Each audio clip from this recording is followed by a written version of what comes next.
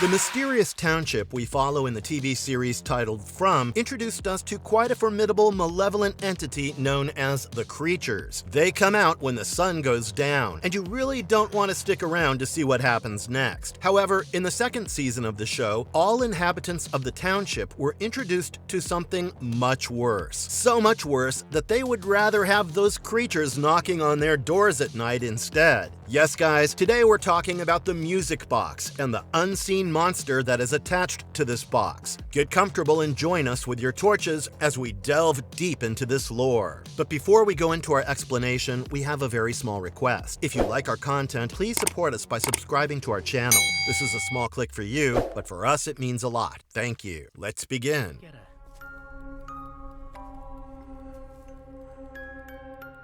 What is the Musicbox monster? To truly understand the Musicbox monster, we have to go back to the very first episode of the second season. As most of you know, season 1 ended with Boyd stepping into the faraway tree and ending up in a dry well. Every claustrophobiac's nightmare. Now, in the first episode of the second season, titled Strangers in a Strange Land, we see Boyd out and about in the town, ringing his bell, warning everyone to get inside before dark. He sees dark clouds ominously approaching the township as he finds himself alone on the streets. His hand shakes and his bell falls to the ground. The crashing sound is just enough to get us ready for an ominous beginning of the season and for Boyd to wake up from his dream. That's right, folks, he is still stuck in that blasted dry well. He calls out for someone, anyone to hear him, to give him a response. But when he hears nothing, he starts climbing up the dry well. However, he never manages to go beyond a few inches before slipping down the walls, crying in frustration. He calls out for Sarah, hoping she's out there. After all, she did tell him that she was right behind him and they would be safe. When he doesn't get a response, Boyd laughs bitterly. So much for being safe, right? Right then, a voice calls out to Boyd, asking if he's real. Boyd tells the voice that he is, and the voice strikes a bargain with him. If he helps Boyd, Boyd would have to help him too. Boyd readily agrees, and a rope falls from the top. The voice urges Boyd to move quickly and climb up before they come. So, with all his might, Boyd climbs up the dry well. While climbing, he sees a vision of Ellis that almost makes him falter and slip down the rope, but Boyd manages to catch himself and keep going. Finally, once out of the dry well, Boyd collapses on the ground, finally relieved to be out. However, he soon gets startled out of that by the voice. On looking around, he sees the voice belongs to this extremely malnourished man made of nothing but skin and bones. He's shackled to the wall, and on a quick survey, we see 2 more skeletons shackled just like him on the walls of the dungeon Boyd is in. The man compliments Boyd on his climbing skills and then asks if what Boyd has on his hip is a gun. Boyd tells him it is, and from the brief conversation that follows, we realize that this man is quite old. He talked about back in his time, so he must have been down here for decades. Before Boyd gets too distracted with saving the man calls in the favor that he wants Boyd to fulfill in return for helping the latter. What is the favor, you ask? He wants Boyd to kill him. So obviously, in the second episode, titled The Kindness of Strangers, we follow Boyd's dilemma over this request. It was this man's kindness that helped Boyd out of the dry well. How can Boyd, the one who always goes above and beyond to help everyone, to save everyone, repay this kindness by murdering him? Boyd is shocked by this man's request and instead focuses on asking more important questions, like where they are. The man, who we soon learn to be Martin, quickly goes back to the favor and reminds Boyd of their deal. Boyd is still unconvinced, clearly struggling through a dilemma. That is when Martin asks if Boyd is from the town. When Boyd confirms, Martin says that he thought the town was the worst part of this mysterious land, but then he went through a faraway tree. He says how these faraway trees take you to different places and sometimes leave you trapped, unable to escape, and that is how they got to him. Boyd asks Martin the question all of us had been pondering. Who are these they that Martin speaks of? But Martin evades that question and asks for Boyd's name, complimenting that he has a kind face. Martin muses about how long it's been since he saw kindness and asks Boyd to leave. He has been imprisoned in this place for years and years, and he does not want Boyd to be trapped like him. Despite his warning, Boyd focuses on getting the man out of the the shackles. That's when he notices Martin's tattoo. He was in the Marines, and Marines have a motto of "No man left behind." Boyd reminds Martin of that motto and gets to work, refusing to leave Martin behind despite his protests and requests for death. But Boyd is not like that. He always looks at the bright side, and even now he was doing just that, claiming that he would be able to take Martin to town in no time. He has the talisman with him, and he will use it to keep the creatures away. Hearing that, Martin quips up, asking if Boyd really believes the creatures captured Martin. This is where we and Boyd learn that this mysterious township has far worse things to offer us. In fact, in Martin's words, these creatures are simply the tip of the iceberg. Boyd does not want these thoughts to affect the way he's looking at the situation. He changes the topic, asking Martin where he's from, while he tries to figure out how to get him out of the shackle. Martin tells him that he's wasting time. But before Martin could waste more of his breath, asking Boyd for death and whatnot, they both hear the music box. The haunting tune fills the dungeons as Boyd stares at the old wooden box with a dancing ballerina in it. Martin warns him that he needs to escape, as they are coming, and Boyd has to leave before the music stops. Boyd works on the shackles and gets one of them off Martin. As Martin sits there with Boyd, trying to get rid of the other shackle, he asks if Boyd ever thought Abby was right. Before Boyd can press further, Martin collapses on the ground, and we can see, much to his horror, that Martin has worms crawling under his skin. Right then, the haunting tune stops, and a deadly silence befalls them. Martin tells Boyd that they are out of time and lunges forward, catching Boyd by surprise. He cuts Boyd's arm and holds his bleeding wrist to the wound, saying his blood is Boyd's blood. He passes away in front of Boyd right after he finishes the statement, and immediately after, the dungeon they were trapped in disappears. The ruins surround Boyd as he stands in the middle of the forest with only a torch in his hand. Instead of standing around and figuring everything out, Boyd immediately follows the dog that runs up to him, hoping to get shelter away from the creatures that roam the woods. Since that encounter, Boyd often sees those worms crawling under his skin. Whenever they show up there, Boyd feels an excruciating amount of pain, almost making him fall to his knees. As if that wasn't enough, these experiences also trigger Boyd to hallucinate. Most of the time, he sees Father Khatri, his friend who was killed by one of these creatures. In the 4th episode of the season titled This Way Gone, we get to see truly how badly this music box can affect Boyd. In this episode, Boyd actually goes to Tin Shen, Kenny's mother, hoping to learn how she feels about Sarah being back in town now that it's known that Sarah killed Bing Qian. Kenny learns that Boyd knew about Sarah's involvement, and instead of taking the right step and sending her to the box, Boyd sheltered Sarah. So you can imagine just how frustrated he was with Boyd and his mother when Kenny walked into the diner and saw them chatting. Realizing his stay was not welcomed at all, Boyd decides to step out of the diner. Right then, he heard the music box and found himself standing inside the church. A ballerina dances around him, and the haunting melody of the dance almost has Boyd gobsmacked. The ballerina makes him twirl, and then she opens her mouth as if to scream. However, no screams came out of her mouth. Instead, a bunch of worms crawled out of her mouth, leading Boyd to take a hasty step back, only to fall back on the stairs of the diner and hurt his head. Kenny pushes aside all of his hatred for Boyd and helps Boyd to walk out of the diner. On their way, Boyd suddenly clutches his arm and keels over, claiming he has worms in his hand. However, Kenny doesn't see anything, and you can clearly see that Kenny thinks Boyd's Parkinson's has progressed. On a nearby rock, the music box appears, and the ballerina comes out of the root cellar. She smiles at Boyd and continues dancing. Before he could get completely entranced by her dancing, Kenny snapped him out of it. But his disdain for Boyd's state of mind is extremely clear. They reach Christie's clinic, and Boyd is haunted by the music box and the ballerina. The ballerina comes out of nowhere and starts strangling him. As Boyd panics on the bed, trying to get her off of him, that is when Mary, Christie's fiancée, comes in to check on him. She finds him thrashing on the bed, and when Boyd manages to get away from the ballerina, he draws his gun on her. It's clear to Mary, too, that Boyd's headspace is not the best. Things get worse when Kenny walks in on Boyd, who is having a full-fledged conversation with Father Khatri near the boiler room. However, before they can talk more about about it, Fatima, Elgin, and Ellis show up at the clinic. Ellis got accidentally stabbed by Dale and lost a lot of blood. Blood transfusion is the only way to save Ellis, but Boyd is not so sure whether he wants to give Ellis his blood, as the worms are still crawling under his skin. No one believes him when he tries to explain everything, but thankfully, this time around,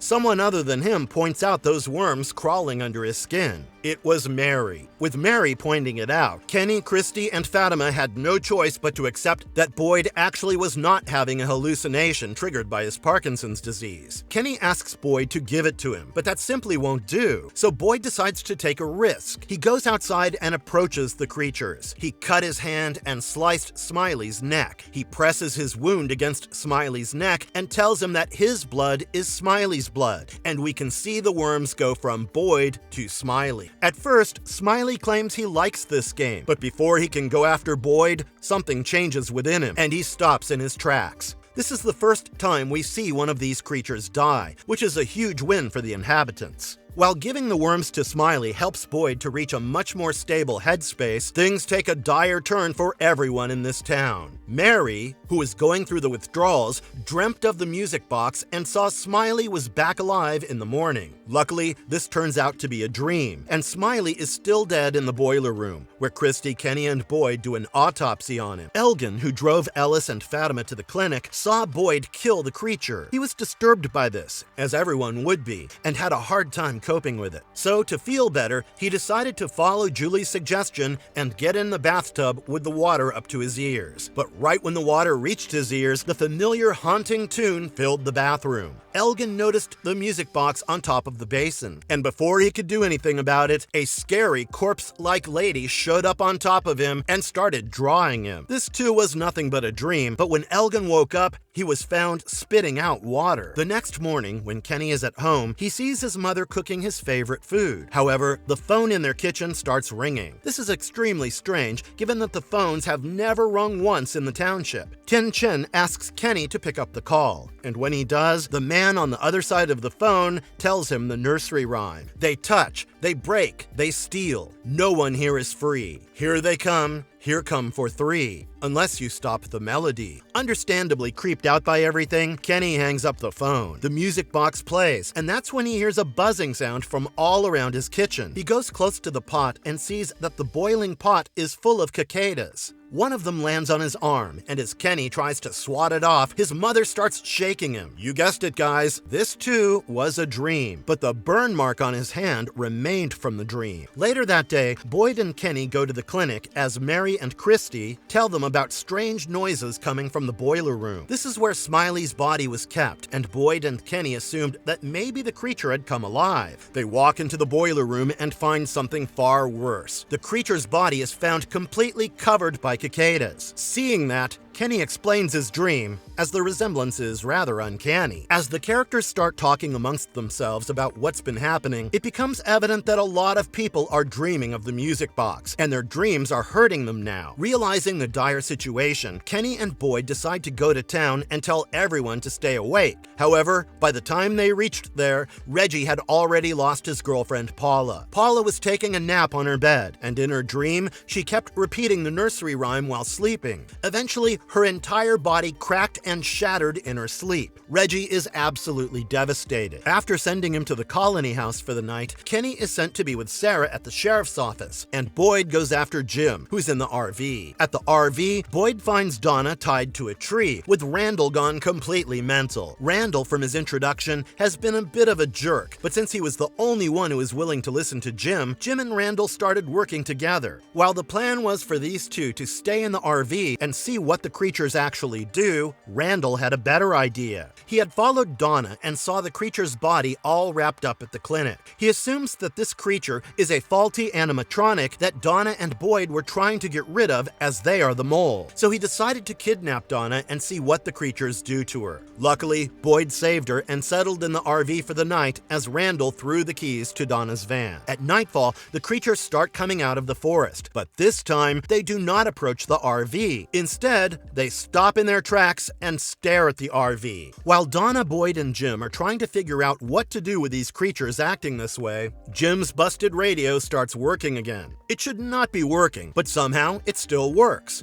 It plays the music box tune, and Boyd realizes that things will get worse if they do not leave before the music stops. However, their dilly-dallying ends up costing them as the music suddenly stops. Loud knocks are heard under the RV, which makes no sense. There's no space for anything to be there. Realizing they need to move now, Jim and Donna go after her van while Randall goes off on his own. The creatures that were waiting up until now break off into two groups, one after Randall and the other after Jim and Donna. Before Boyd could escape the RV, Abby's apparition shows up. She stands in the RV and asks Boyd to come back to her. Realizing something is not right, Boyd hightails it out of there. Randall, on the other hand, gets covered in those cicadas, and his eyes turn gray as he reaches a catatonic state. The same thing happens to both Julie and Marielle, and all three of them are eventually found in this terrible state. After Marielle turns catatonic, Elgin comes clean to everyone and tells them about his dream regarding the boy in white, who told him the same nursery rhyme that Kenny heard on the phone. So, seeing the current developments, Boyd decides to take Sarah back to the forest with him, specifically to the ruins where he found himself. This is where we learn all the necessary things about this entity associated with the music box. As we know, Sarah is intricately connected with the place in a way that no one else is. When she reaches the dungeons with Boyd and Kenny, she starts hearing the malevolent entity known as the Music Box Monster. The monster is happy that Boyd brought it back to town, and it wants to hurt the three people who are in the catatonic states. When the monster touched Kenny's arm, it got very excited, and now Julie and the others are going to stay here and eventually die. When they die, things will be too late for everyone. The pain of this conversation is extremely overwhelming for Sarah, and even though she can hear the music box playing with the voices of Julie, Randall, and Mary, she cannot see them. So now we, the audience, and Boyd know what this malevolent entity is like. Not only is it torturing the three inhabitants, but it's also ready to give other inhabitants horrifying visuals in their sleep if they dare to fall asleep. It is sick, sadistic, and twisted, and enjoys all the pain it hands out. Hence, the glaring question we have now is, how do we stop the monster?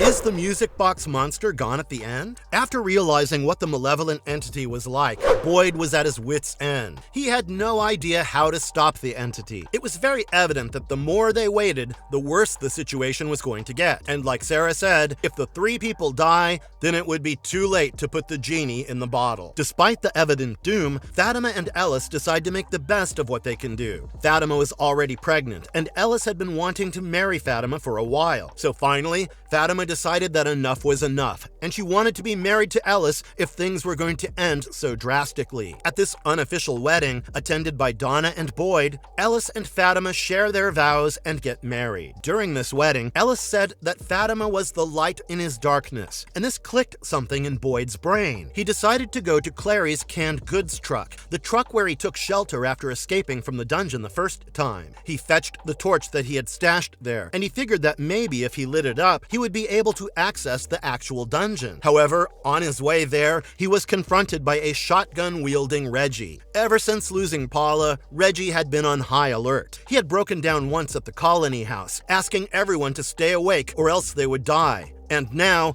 that had fully spiraled into him being a murderous guy. He got hold of the gun that Matthias was putting in the shed, and with that, he went after Boyd, the one who brought the problems back with him. Boyd tries to calm him down and explains that he knows how to make everything stop, but Reggie shoots him in the shoulder. In self-defense, Boyd had to gun Reggie down. With his bleeding shoulder, Boyd went to the ruins of the dungeon and lit up the torch. Instantly, he was teleported back into the dungeon where he first met Martin. He notices the music box playing in the corner of the room, and instead of Martin and the two other skeletons, now Mary, Randall, and Julie are shackled to the world. He tried to wake them up, but they were completely unconscious. Realizing that maybe destroying the music box would be the best way to go about it, Boyd prepares to destroy it. But right before he could, a vision of Abby appears. Abby tells him that by destroying the music box, he thinks he is saving everyone, but in reality, he's simply prolonging their suffering. The three victims start screaming in pain, and Abby points at them, telling Boyd that his desire to be the hero, his His desire to end people's suffering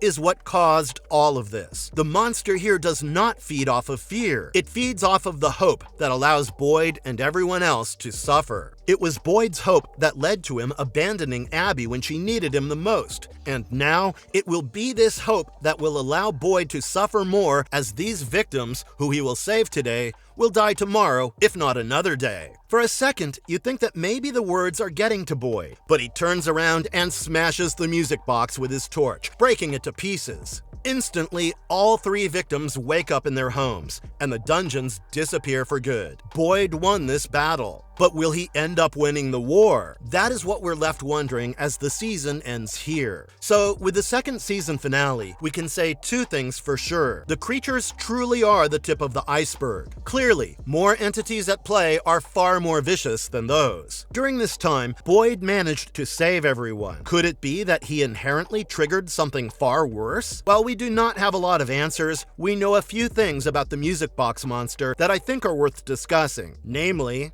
what powers does the monster have? So, from the get-go, we can understand one thing. This monster is not a physical entity like the creatures. This is an invisible, malicious, and malevolent force. However, we do get to see its manifestations throughout the series. For example, the main object that the monster is associated with is the music box. Wherever the music box is, the monster's terrifying manifestations follow. The music and the dancing ballerina seem to be the harbinger of the monster. Similarly, the ballerina who haunts Boyd throughout the season is another manifestation of the monster. She dances so serenely that she almost puts everyone around her in a trance. Then, she suddenly turns sinister and attacks. The worms we see come out of the ballerina's mouth seem to be directly connected with the monster, and there's no doubt that these are also the worms that Boyd sees crawling under his skin. Yet, these worms prolong the life of the monster's victims, as we saw in the case of Martin, but I'm sure they also drive the victims insane,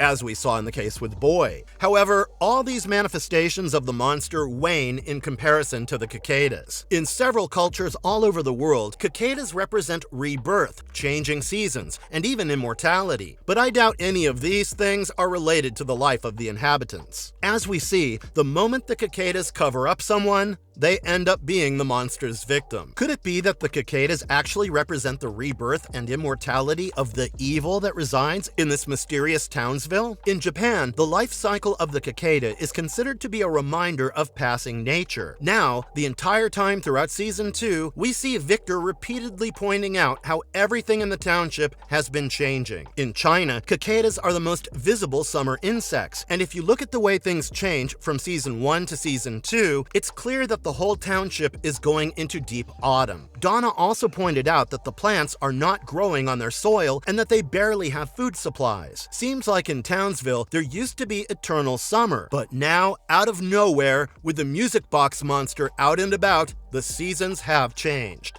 Other than these powers, this monster has shown the ability to invade people's dreams as well as their minds. We've seen Reggie on screen for a while. It could be very well that the monster was the one who bent his will this way. I found it a bit too planned that Reggie showed up to attack Boyd right when he figured out how to stop the music box from playing. Similarly, the monster is well aware of what will affect the inhabitants the most. It repeatedly shows visions of Abby to Boyd, knowing she would be the one who could stop him from going further on his mission. Every fan of this show has a lot of different theories about what this monster is and if we've seen the monster actively on screen. Personally, I do agree with the theory that Martin could have been the actual monster. Martin's eyes were not glazed over like Randall, Julie, or Mary's were. Every time Boyd asked Martin about him, Martin evaded those questions. Instead, he asked if Boyd was from the town. Then, as the malevolent spirit told Sarah, once all 3 victims were dead, things would be worse off. Martin was the only one alive from the 3 victims the monster used to have, and given how sickly he was and how he was shackled, I find it odd that he could throw Boyd the rope in the dry well. All the while, the music box was playing. Martin was trying to get Boyd to kill him, which would twist Boyd's core personality as he is a savior, not a killer. When Martin couldn't get Boyd to shoot him and the music stopped, he lunged forward and gave Boyd the worms. If Boyd were trapped there, shackled and everything, then things would have been different. However,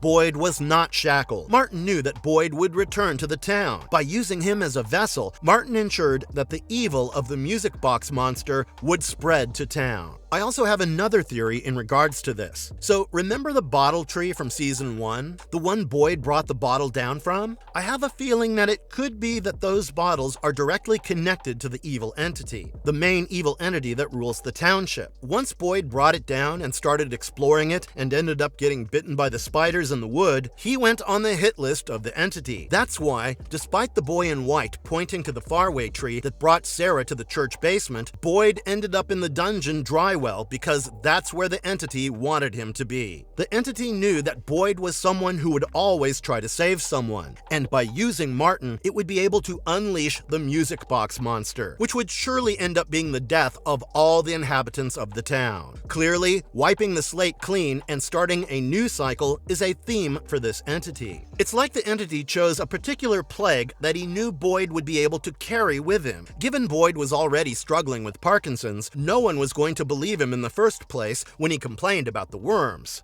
And that's exactly what happened too. Now, it would be really cool if, in the 3rd season, Boyd, Victor, Jade, Donna, Elgin, and Kenny actually sit down and communicate. I have a feeling that Martin, Christopher, and Victor are more closely entwined than we're thinking. Just like Jade said, this world is working on chaos theory. Two seemingly unrelated events, two unrelated people, could very well be completely connected.